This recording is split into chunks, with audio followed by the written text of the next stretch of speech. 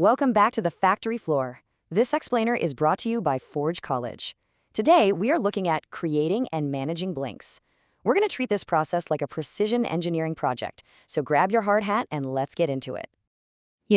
After doing all that heavy lifting in our previous lesson on handling large files and performance optimization, we are finally ready to take our action payloads straight to the assembly line. Okay, let's look at the schematics for today's build. We'll start with the raw payload materials, build out the generator pipeline, run through security and quality control, unpack things on the client side, and then wrap up with our next steps. All right, section 1, the raw payload materials. Let's inspect exactly what we're dealing with before it hits the conveyor belt. So our ultimate goal here is to manufacture a blink. Now, what is that? It's basically a highly secure, URL-safe shipping crate for your transaction data. Think of it as the perfect way to take a really complex set of instructions and neatly wrap them up, base64 URL encoded so that can be safely shared across the entire web without breaking. Now, you might be wondering, why on earth can't we just duct tape some raw JSON to a web address and call it a day? I mean, it sounds like a whole lot less work, right? Well, the short answer is because that duct tape approach leads to absolute chaos. We're talking duplicate payments, hacked prices, and expired transactions just completely blowing up in the user's face. To avoid all that, we absolutely need a predictable, stable payload so our clients aren't out there trying to parse some volatile, messy string of data. Moving on to section 2, building the generator pipeline. Let's see exactly how building a rigorous node.js pipeline completely solves that duct tape dilemma. So if you look at the blueprints, our engineering factory line consists of 4 crucial stations. We've got canonicalization, idempotency and expiry injection, HMAC security signing, and the final base64 URL encoding. Let's walk the floor and look at each one of these in action. Right here at station 1, canonicalization is essentially acting like a neurotic librarian sorting your JSON. And this is absolutely vital because the exact same data must always yield the exact same encoding. If keys are even slightly out of order, or if a number is suddenly formatted as a string, your encoded URL changes completely, and everything breaks. Canonicalization locks all of that down. Okay, next up, be honest. Have you ever refreshed a laggy page and immediately panicked, wondering if you just accidentally bought the exact same NFT twice? Yeah, we've all been there, for sure. Well, to fix that exact nightmare, Station 2 acts as a bouncer.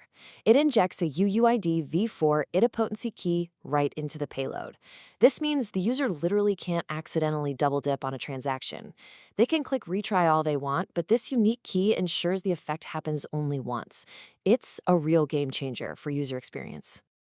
And while we're hanging out at this station, we also stamp the payload with an expiration timestamp. This makes sure the transaction offer doesn't just live forever in the wild, because you definitely don't want an old token swap rate floating around the internet for months on end, right? Moving down the line, Station 3 applies the HMAC. Now, this is a tamper-evident cryptographic seal computed over that beautifully canonicalized payload we just made. It ensures nobody maliciously altered the payload while it was in transit. If someone tries to casually change the payment amount or swap out the recipient address, this cryptographic seal instantly breaks, and the client knows immediately that it's compromised. All right, on to Section 3, security and quality control. Let's run some essential checks before we ship this thing out the door. So a properly manufactured Blink payload should always perfectly match this clean engineering spec sheet.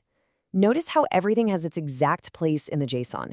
You've got your string for the action type, arrays for your accounts and instructions, our trusty idempotency key, and finally that optional HMAC seal as our integrity guard. It's incredibly structured. And the absolute crucial point here is that our automated quality control tests must pass these specific checks.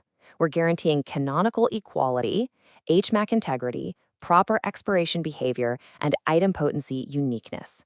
Let me tell you, if a Blink fails even one of these checks, it gets immediately rejected from the assembly line. No exceptions. That brings us to Section 4, client-side unpacking. The product has successfully arrived, but how does the client actually open the crate safely? Well, the client decoder basically just throws the assembly line in reverse. It strips the URL prefix, decodes that base64 URL string container, verifies the HMAC seal and expiry we talked about, and finally, it pulls out the actual Solana instructions. It's literally a perfect mirror image of our manufacturing process. And thanks to that rigorous pipeline we set up earlier, the client can perfectly reconstruct the transaction using web3.js without ever playing a guessing game with field names or data types. Predictability is everything here. They know exactly what they are getting every single time. Let's head to Section 5, Wrap Up and Next Steps. Time to clock out and review the blueprints we just executed. So what did we achieve? We took those messy raw action endpoints, organized them deterministically, injected our security measures, and neatly packaged them for safe web transport. Our pipeline is secure, it's repeatable, and best of all, it's extremely client-friendly.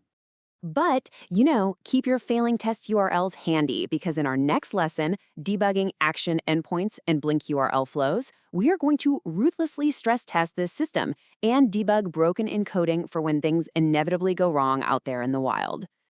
As always, this explainer was proudly brought to you by Forge College. Please make sure to visit forge.college to learn more about this subject and completely master plenty of other amazing Web3 related topics. And before we go, I want to leave you with this thought to ponder until next time.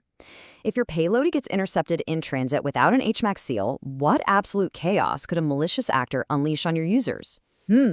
Think about it. Keep those pipelines secure, and I will see you in the next explainer.